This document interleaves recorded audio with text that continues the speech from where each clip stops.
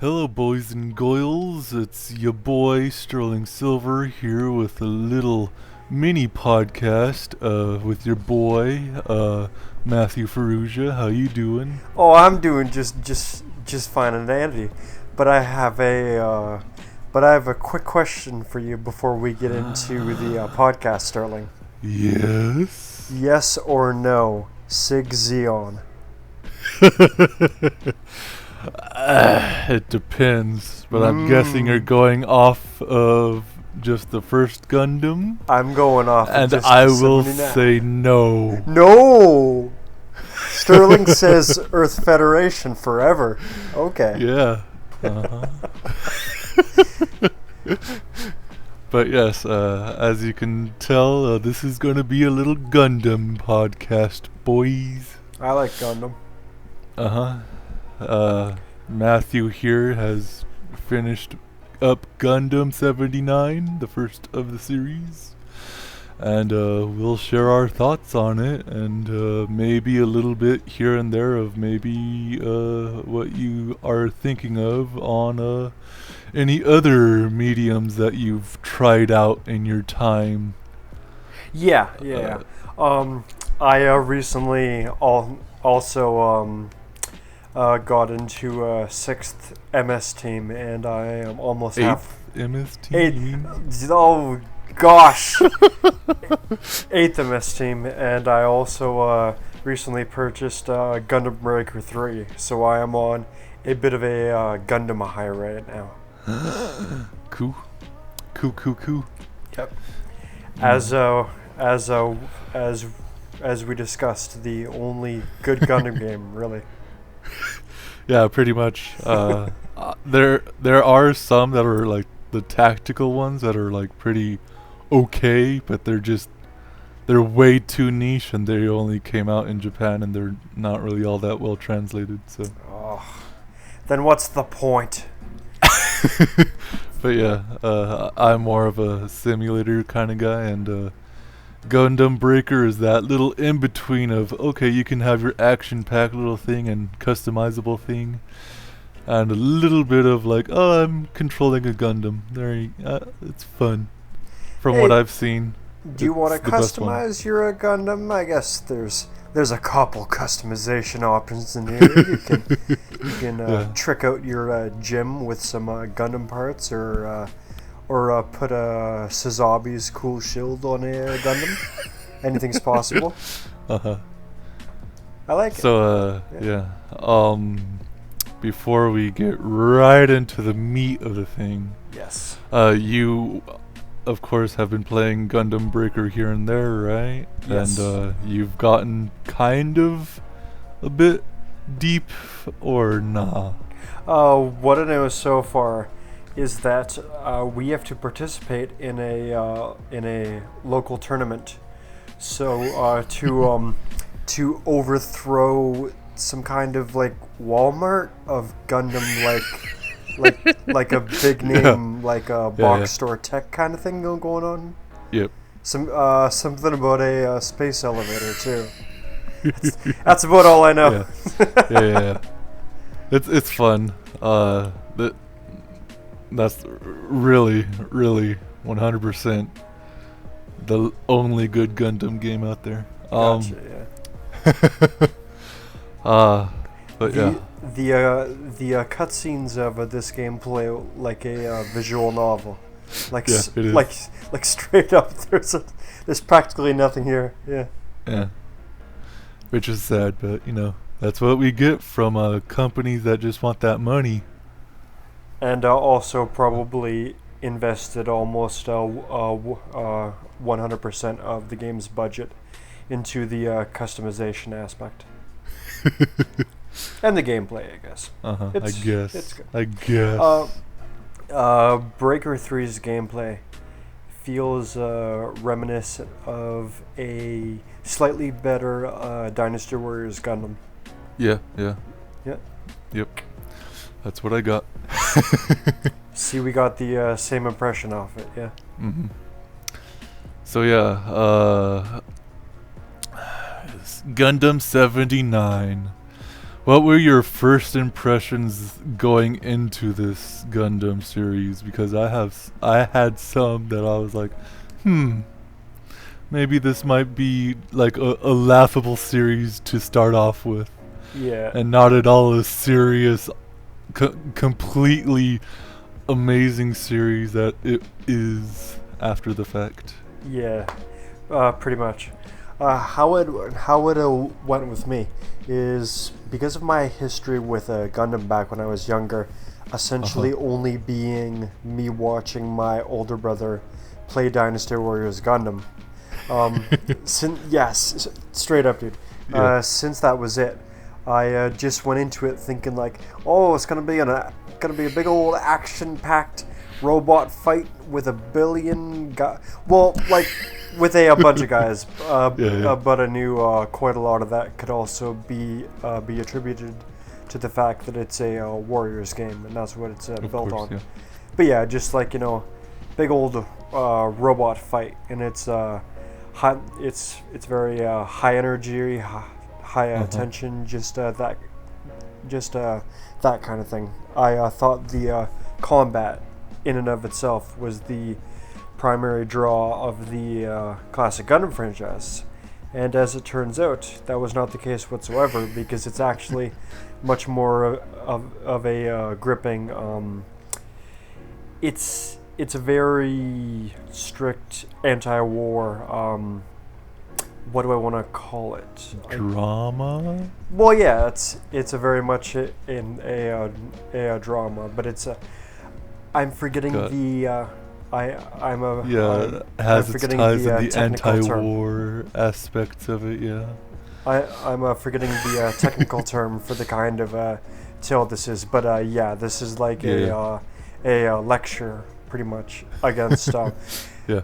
Okay, here we go. This is the biggest piece of anti-war propaganda that is not based around a actual war whatsoever that I've seen. It's it really goes in depth of what Amuro and Char too have to go through after they exit the mobile suits when they just get to sit down for a while, and the fact that they also take the time to focus on Char, and his side is extremely nice to me because it shows that they're still very much eager to humanize the antagonists, which quote unquote antagonists. Yeah, they just don't want to be under the gravity of Earth. Right. Yeah. They don't want to be tied down to that gravity. Yeah. It was the right choice for something like this to really show the emotional depths of both sides of this war, and that really all comes to a head, as we know, during the fight with Lala, with what happens with her. That's kind of when things come to a peak in terms of the emotional engagement of it. Yeah, I'm pretty sure that we can all agree that you can't have an anti-war message without showing both sides and how they deal with their own personal plights and their losses and stuff like that. Because every time I show this, or like it's this type of thing is on and normies come around me, like, is that the bad guy? I'm like, well, it doesn't really matter, does it? Not in this series. Sure. I mean, there are some bad boys, but there's not like a side that's like, oh, yep, that's the one to point to where it's bad. Yeah. You know? He's a big old villain. And there's definitely some bad boys on the Earth Federation Force or whatever. Yeah. Yeah. Kai's a bit of a shithead, you're right. Kai. Okay, yeah, I guess. He's a complete shit. He's He's insufferable. Yeah. Just you wait. Is he gonna show up in Zeta? I don't know. Well, just you wait. Yes, you do. You're just not saying anything. I'm just saying. Just you wait. Just I wait. That's right. But yeah. Yeah, when I was like going through like let me just see what this series is all about, and I like kind of went through like the main series. Well, like the main 20-ish series of like the UC, and then after that, like just the big releases. Yeah. From that to like Gundam 00 or whatever you want to call it, 00. I guess it's called 00, but yeah. But your first plan was not to watch all of the OVAs, huh? No, that was, well, actually, yeah, it wasn't my plan to watch all the OVAs, but then slowly but surely I'm like, oh wait, I should have watched those OVAs. Okay, and then I went back to watch it, and like, okay, yeah, definitely helped with those OVAs. You caught a peek at Char's counterattack, and then you're like, I really should have watched these fucking OVAs. No, I was like halfway or like a fourth into Zeta, and I'm like, oh my gosh, this series, oof, really took a nosedive. But then I watched them OVAs, and I'm like, oh, it all makes sense now. This gives me some context. Yeah. With little that they provide, but very helpful in the long run. Right. But yeah, as my, like, I guess, appreciation ever since, like, I seen, like, my uncle very much liked Gundam Wing when it was, like, airing, like, on Toonami, all that way back when. Like, oh, this is pretty cool. Like, yeah, I'll wait until Cowboy Bebop or Outlaw Star is on, though, to watch my thing. But, you know, whatever. You have your mecha anime. You have your big robot. You have your shiny mobile suit. Around that time, well, not really around that time, but like a little bit after, there was this new series called SD Gundam. I'm like, oh, hey, there you go. We can watch that together. And it was just like a kid-friendly version of like nothing to do with Gundam except for the Gundam's, I guess, designs themselves being SD, being with this computerized kid. Oh, that doesn't sound good. Yeah. I mean, it had like its moments of like, oh yeah, it's a kid-friendly version of that, but it's just like, nah, there's nothing there for you. So, yeah, that was just like something there to like, in your face, uncle. This is what it turned out to be, boy. Something like that. But yeah. But yeah, I always had that stigma of like, whatever. It's just a passing little thing. But then I remember that I always used to just like, in my time of drawing and stuff like that, I always used to just draw those little Gundams from Gundam Wing, and just like all my time was spent on that. I'm like, oh, this is they have some good designs, I'll say that. But then like years passed, I'm like, what's this Gundam Seed? Oh, what's this? Oh, you nasty, get this away from me and stuff like that. But I always had like I always had like a passing appreciation for it, but never like, oh, I should sit down and watch this type of thing. Yeah. But not until like recently, like in the past like 4 or 5 years, where I was like starting to get into my little review hut. Yeah. I was like, hey, you know what?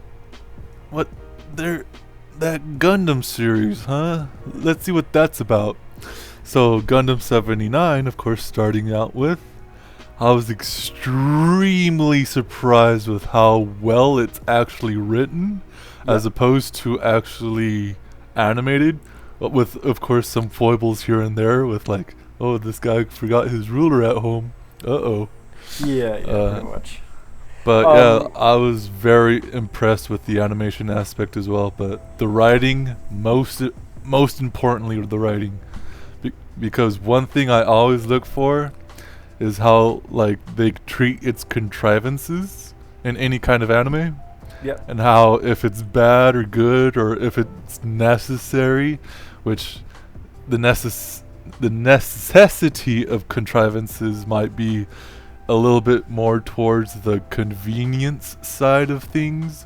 Right. But in terms of how they handle it in Gundam, they always have an answer for any specific contrivance that they may have. Like there's this one scene that is always like pops up into my head every time I think of Gundam 79, and it's when I think Char is giving orders to these two Xeon soldiers to like, if anybody comes our way, don't fire on them. Just report what you see. And of course, the contrivances. Well, this episode has to have some kind of action, right? Mm-hmm. So of course, White Base comes around, and these two Xeon soldiers are like, "Hey, we don't have to call anybody. We can take care of this ourselves." And pretty much be the heroes of this like little thing of, hey, we were the guys that took out White Base, yo. Yeah.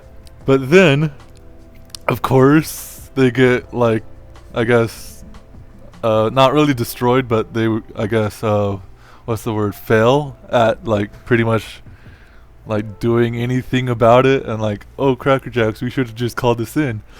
Well, then Char comes back. He's like, what the heck are you guys doing, dog? Yeah. I gotta reprimand you guys. And that was like, it's a contrivance for sure, but it's a contrivance with a very extreme consequence for what just happened. Like, those soldiers didn't get away with anything. They were just like, it was very thought out in a way, well written. And it was very believable, even though it was a contrivance, but it was very 100% believable in the context of what was going on. And of course, the consequences of the two soldiers were 100%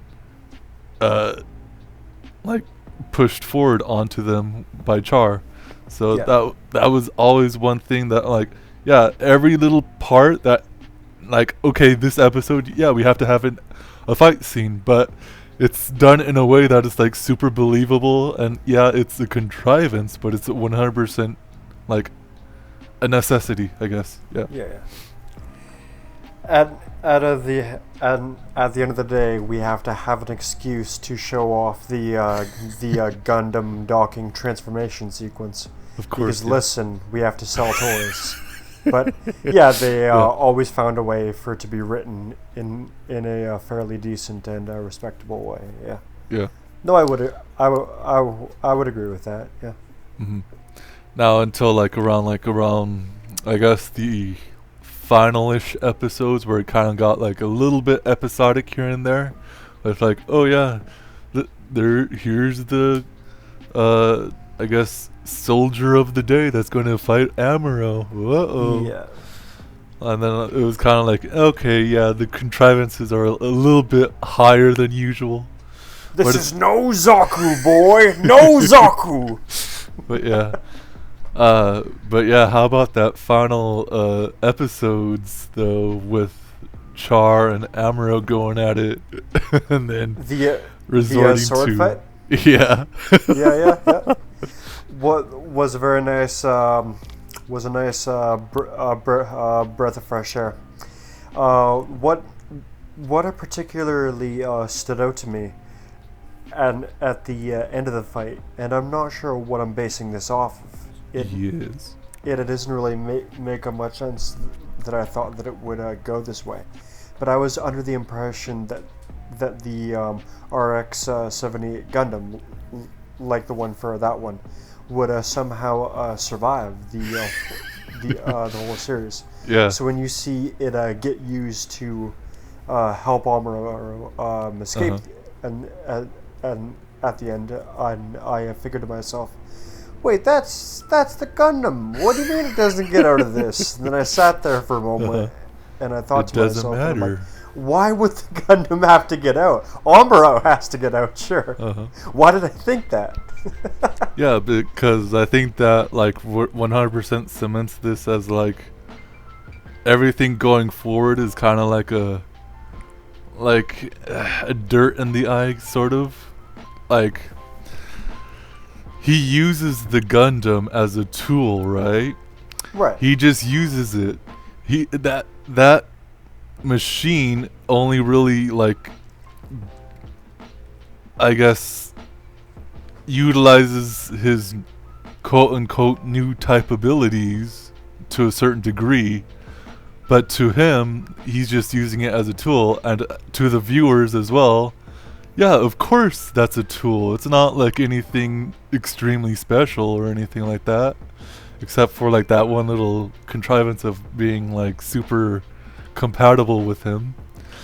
And of course all his research from his dad going into that machine as well. Yeah. But again, as well as Char, he uses the Zionga or whatever it's called. I forget what it's called. The not finished, totally Xeon mobile suit that has no legs, which is canonical. Yeah, the that it's supposed to have thing eggs, with legs. no legs. Yeah. Yeah, it's canonical that it's supposed to have legs, but they didn't finish it in time. But Yeah. Char needed it at that point in time, so that's what he was given. Listen, when you can fly, legs, not even really a factor, honestly. And that completely, well, I don't think it was intentional, but I think that goes completely with what I'm saying is that Char needed a tool at that time, and the tool that was laying around was this little Xeon thing that could do something against this Gundam maybe, and he'll use that tool. It's not anything special or anything extremely to that degree of how everything else after this series treats the Gundam, and it's just like, ooh. Yeah, right. I can agree. I can, like, in certain parts of the animes like that come after this, it's all 100% contextualized, but from its origins, it's always been like, no, these mobile suits are just a normal personalized gun in America or whatever. Like, oh yeah, it's a gun, I can use it, but it's not, extremely important or anything like that. Yeah, it's a very nice contrast between the two stars of the show, because Amuro throughout the whole thing sticks with the RX-78, yeah, which is important because he needs to grow for the first time and find out how to pilot. Yep. Like he had no experience before the start of it. So the fact that their best prototype mobile suit possible is what is used to compensate for his lack of experience makes sense. Whereas Char has been piloting for years, so at that point he could jump into pretty much anything and do like a fantastic job with it. Yeah. Yeah. And that, like, again, like it I think that this is like the really like saving grace of Gundam is that the first one out the gate is pretty much like in the top 3 of the best Gundam suits. Oh yeah. I mean Gundam series ever made, kind of. And even though that there's like some foibles here and there with, like, again, the animation and like the designs here and there, and a little bit towards the end when it gets kind of episodic and kind of like, yeah, alright, we get it. Like, even that, compared to everything that happens after that in series, and I will say that even though that there's this, the last one that I reviewed, well, sort of the last one, quote unquote, the Gundam 00, that one was a fantastic ending point to what I reviewed, because like at the head of it and at the tail of it, those were like pretty much the best ones out of like the whole entire series. And that's really cool to have something like that just be like, oh wow, banger right out the gates, and you're gonna leave us with this? Alright, cool. But of course in that time they've made more because it makes money, so Yeah. Plus, I'm not sure if you know this, but when Gundam 79 first came out, it absolutely flopped. Yeah, people did not take to it very well, very quickly whatsoever. Like it was more of a franchise that stayed dormant and was pretty much, to my understanding, exclusive to Japan as Yeah. far as the following goes. Mhm. Then Gundam Wing hit, and Yeah. then things blew up. Yeah. Yeah. Yeah, definitely. There was still some things here and there with, like, of course, the internet back in the day. By like, oh hey, there's this series, and like, oh, you can translate it here and there. Here's some fan dubs of this super obscure thing called Gundam. Uh-oh. What is this Gundam you speak of? I don't know of it. But yeah, Gundam Wing definitely was the poster child of coming to Americas. And like, yo, this is what we be, boys. Praise us. But Well, yeah, when it got that Toonami slot way back in the day, then that was kind of the saving Yeah. grace for it. Yeah. And they, of course, in their infinite wisdom, they're like, hey, let's give some Gundam 79 some love. Yeah. Let's dub it. Have you seen the dub, or have you only watched it in the Japanese audio? Oh, Sterling, Huh? you assumed that I didn't go with the dub the whole way. Oh, man. So you did do the dub? I exclusively did the dub.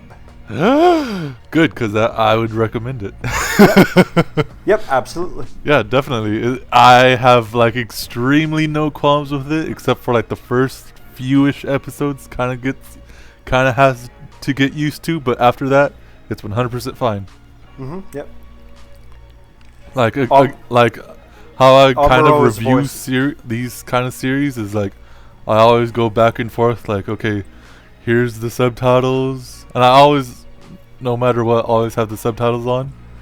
But I always change back and forth to the audios. And I will say that the audio for Gundam, because the audio back then, it wasn't that good, man.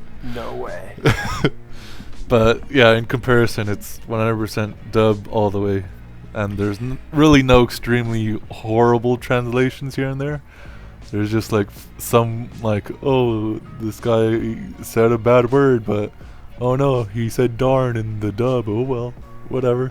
Nothing No one lost. cares. Yeah. But yeah.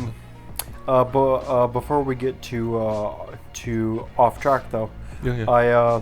you mentioned the animation quality, and I will say now, the way that I've explained it to other people since I've watched it, Yeah. and I'm pretty sure that you'll be able to understand where I'm coming from, is if something like this were to be released in its current form nowadays, it would be laughed at and thrown out of any major studio. Yeah. But by the standards of 1979, Yeah. this is amazing. Yeah. Yes, I would 100% agree. I will say that, of course, that there's going to be, like, it's really hard to put it, like, into context in the now times of, like, oh, if this series was made today with exactly how it looks. Like, yeah, I would agree with you, like, pretty much almost 100%. And it's kind of sad, because, yeah, even though, like, some of this stuff that is, like, pumped out now is, like, 100%, like, it's very, commercialized, I guess. Yeah, we do have a lot of new anime coming out that looks gorgeous, but is ultimately like hollow. Yeah, in a soulless comparison, kind of, yeah. Yeah. And Looks here, gorgeous though. Yeah. yeah, of course, yeah. But like, I can really see like they were, even though it looks like kind of like dumb and like cutesy at times. Yeah. Like this Gundam 79 had a whole lot of soul in it. Like you could 100%. tell. Even at the time of like, yeah, they had to get all this like scenes of like just like reused assets here and there, But at the same time, it was just like, yeah, that's what they had kind of had to work with, because that's pretty much all they had for budget-wise, you know. Yeah. But yeah, like a whole lot of like that one scene where Amuro leaves his Gundam in like the last episode and have his Gundam shoot up. Like that's the most iconic imagery from that like series, and that's why like almost every single like anime-ish type thing or product that comes out and features the RX 78 or 70, 78, right? 79? The RX 78 too. Yeah. Yeah, 78 too.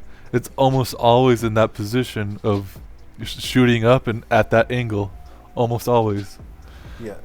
And it's it's kind of essentially the equivalent to the Gurren Lagann pose with the arms crossed arms crossed across the chest. Yeah. Well, that comes from Gunbuster, but cough cough. Well, you know that I'm a Gurren boy, so Yeah. I gotta do what I gotta do. Uh-huh. But yeah. On like a little bit of a tangent, since you mentioned Tengen Toppa Gurren Lagann, Love it. I think when you come to this series, that's pretty much a 100% flavor text to, or a homage to, all that Gynax stuff, especially Gurren Lagann. You'll be very much appreciative of what Gundam 00 offers you.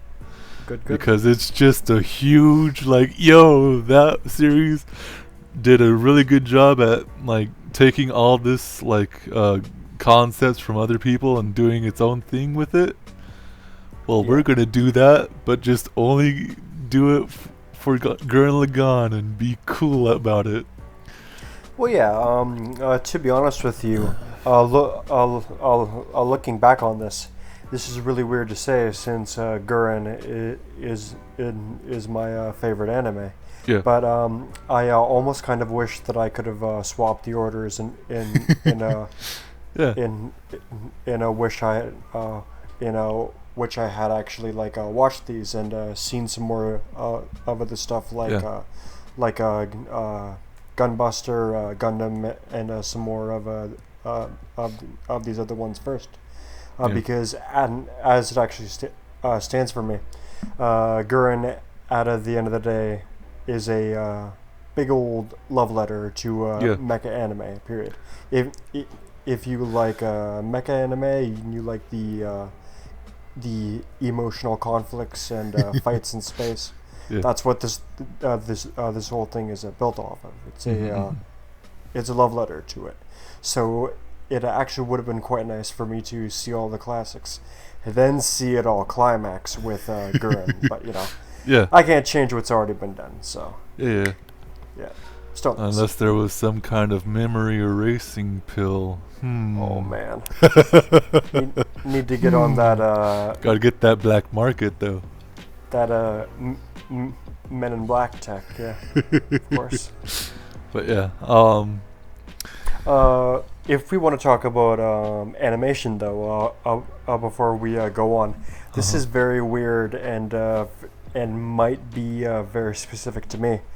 But as far as the animation goes, during the opening to the anime, I would watch it every single time. And the main reason for that, apart from the song itself, which I still miss and is one of the catchiest things ever, is that like 1 second shot of the gun cannons, shoulder cannons firing, is so smooth. It's smooth as butter, and it lasts 1 second, but it looked amazing. Yeah. Love it. Yeah, there's a lot of like very good gifable moments of that series for sure.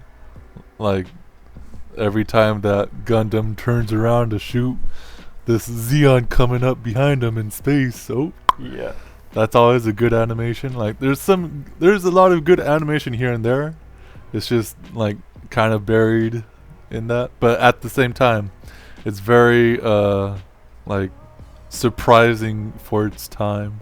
Yes. And yeah, anything else that we wanna? Oh yeah, was there anything that you did not like about this series? Because I have one specific thing that really only like comes up like to me. Like if you can't think of anything right now, I'll say what I have. No. There is no piece of media like game or anime or a movie in this world that I honestly think is perfect. So Yeah. so there's always going to be at least one thing. Uh-huh. So I think that the point for you where you mentioned, okay, we've got a bit of a episodic enemy of the week, like a raw morale type character coming in to fight the Gundam, as opposed to that kicking in during the final few episodes, that kicked in for me closer to like 60% of the way in, because the monotony of seeing Amuro fight like most often a visually similar kind of souped up Gelgugu kind of situation was what wore off on me relatively quickly. The actual storytelling plus the animation used in those fights was what kept it going for me. But seeing some new random officer step up to the plate was something that after a while became a bit of a eye roller. Yeah. But never bad enough for me to go, oh, I'm gonna stop watching this right away. The worst offender of this was, and I completely forget this fucking dude's name, but the second new type that Zeon brings in to compete with Lala. Yeah. He was hyped up and then dies in that same episode. I completely forgot his name, and I was like, what the fuck was the point of this whole episode? That was one of the ones where I was like, you could probably cut this one and bring it down like one less, and I probably wouldn't mind too much. Now there might have been some interaction that I'm forgetting from that episode that was very important. But as far as that fight was concerned, it was just really unnecessary. So there was some sameness to the fight scenes towards the halfway mark for me. But overall, this is a very close to flawless mecha anime. Very good. I think the only real problem that I had, because I have pretty much like the same kind of problems that you had with like the episodicness and all that stuff. Location. Can you specifically tell me where everything happened in each episode? Because I think space. But where in space though? Because that's important. Because like I think around like the beginning of the series, like it tells you like, okay, here's the colonies. Here's each like segment of colony. Here's where like the Gundam manufacturing, the mobile suit manufacturing stuff is. And then across the entire like series, you follow White Base as it like goes into Earth and like tries to like flee. And that was kind of like, all right, you're going somewhere. There's not really a distinct location, but like, okay, whatever. But the second they go into space, it's just like, huh? What? Where? Where? Like, cause I feel like they kind of just like, okay, I made this background, sir. You want to use it? All right. Yeah, I want to use it. Let's use it. Pow! Right in this episode, right now. Out of it. Like, well, we're gonna use it until it's dead. Yeah, and they don't give you any context to it, but like thankfully a little bit, but thankfully in the next series they kind of like pretty much like, okay, this is where we're fighting, and this is why it's important of a location that we're fighting in, and that's like for that going on. There's some foibles here and there, definitely in Zeta and Double Zeta, where it's kind of still like up in the air of like, they're in space. Point up to the sky. That's where they are. Yep, right there. Yeah. But yeah, that's like one of the main like things that really like struck me kind of odd as kind of an omission, that they would do something like that, and like they would introduce like, oh, here's all the colonies, but then not really like explain it extremely. Maybe it was intended as a means to enhance the sense of isolation. Like, where are the white base crew in a relation to the rest of the Earth Federation? They're gone. They're lost. They're in the middle of nowhere. That could have been what they're going for, but I kind of. I mean, just trying to play devil's advocate. Yeah. That's fine, but like as like one and done series 79, like I could understand that. I could understand that point, but everything after it, of how like they like kind of like pretty much, I guess they're like, oh hey, yeah, that was a problem, let's fix that. Mm-hmm. I think they kind of like, all right, yeah, that was a problem.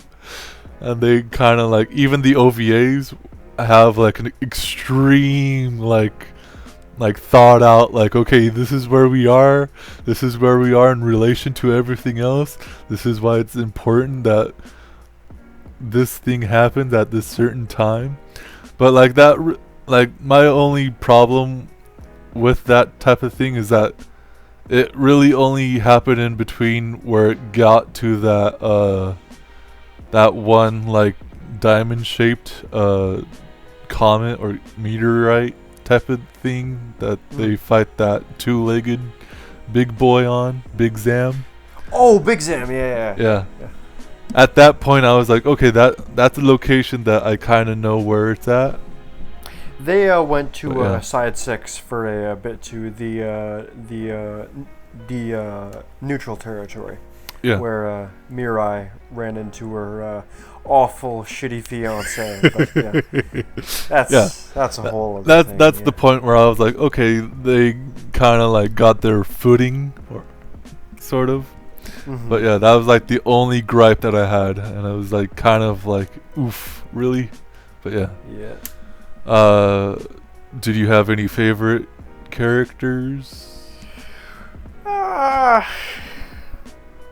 I kind of like the fact that they never explicitly state, at the very least during Gundam 79, and maybe they do later, but they never made it clear whether or not Char is actually a new type here, and the fact that he might even not be, but is actually still keeping up with Amuro, just from discipline and years of experience.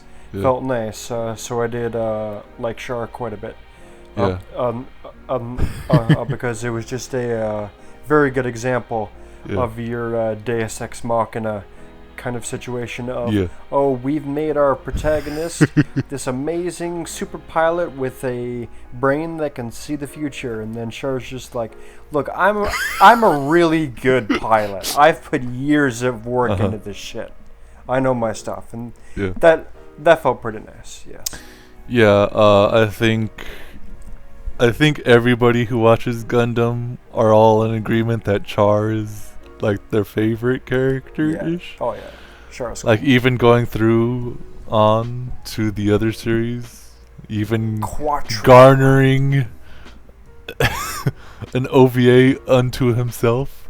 Yeah. It speaks volumes that they knew what kind of person that they wanted to have with Char, and boy howdy did they succeed in putting forth that character.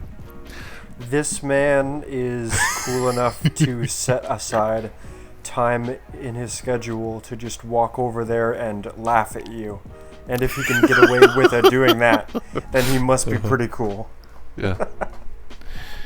He's not really a villain, but I would say an anti-hero, sort of.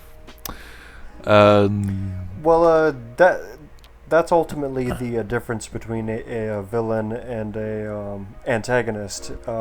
In the sense that Char is a antagonist because he's opposing and fighting the protagonist, but he's not necessarily a villain. Yeah. Yeah. And he almost never really becomes a villain. Almost never. Okay. Almost never. Almost never. For a couple minutes, he might become kind of villainy later on. Maybe he might be a Griffith type of person. Oh! I don't know. Look at that fucking audio spike. But I don't know. I guess you'll just have to see until Char's counterattack. I guess. I can't believe it. I can't believe that my boy has become a gribby. Oh no. But yeah, so with that, any lasting thoughts on this series review-ish kind of thing of Gundam 79? 79's great. 79's great. Yeah. For anyone who is hearing and haven't watched it, go and give it a shot. Mm-hmm. Don't let the age fool you. It's still a great time. Yep. Still deserves your attention. There have been compilation movies of this series to make it a little bit easier, and I would not recommend them at all. Like, really, like, it's better animation as well. Like, it was kind of made in, like, I guess the mid 2000-ish era. Oh, that'd be way better animation. Yeah, but it still goes along the lines of, let's just omit this completely important like stuff so that we can make it under the time limit. And I don't know about that, but yeah, it's like it's not. I would not recommend it at all, but it is there, and I think there's only 3 movies. So if you don't want to watch 48 or 47-ish episodes and just want to watch 3 quick movies, they're there, but I won't recommend them. You need time to flesh out a more emotional and complicated tale like this. So yeah, it's recommended that you actually give it the full time. Yeah. All right. Any extreme last thoughts?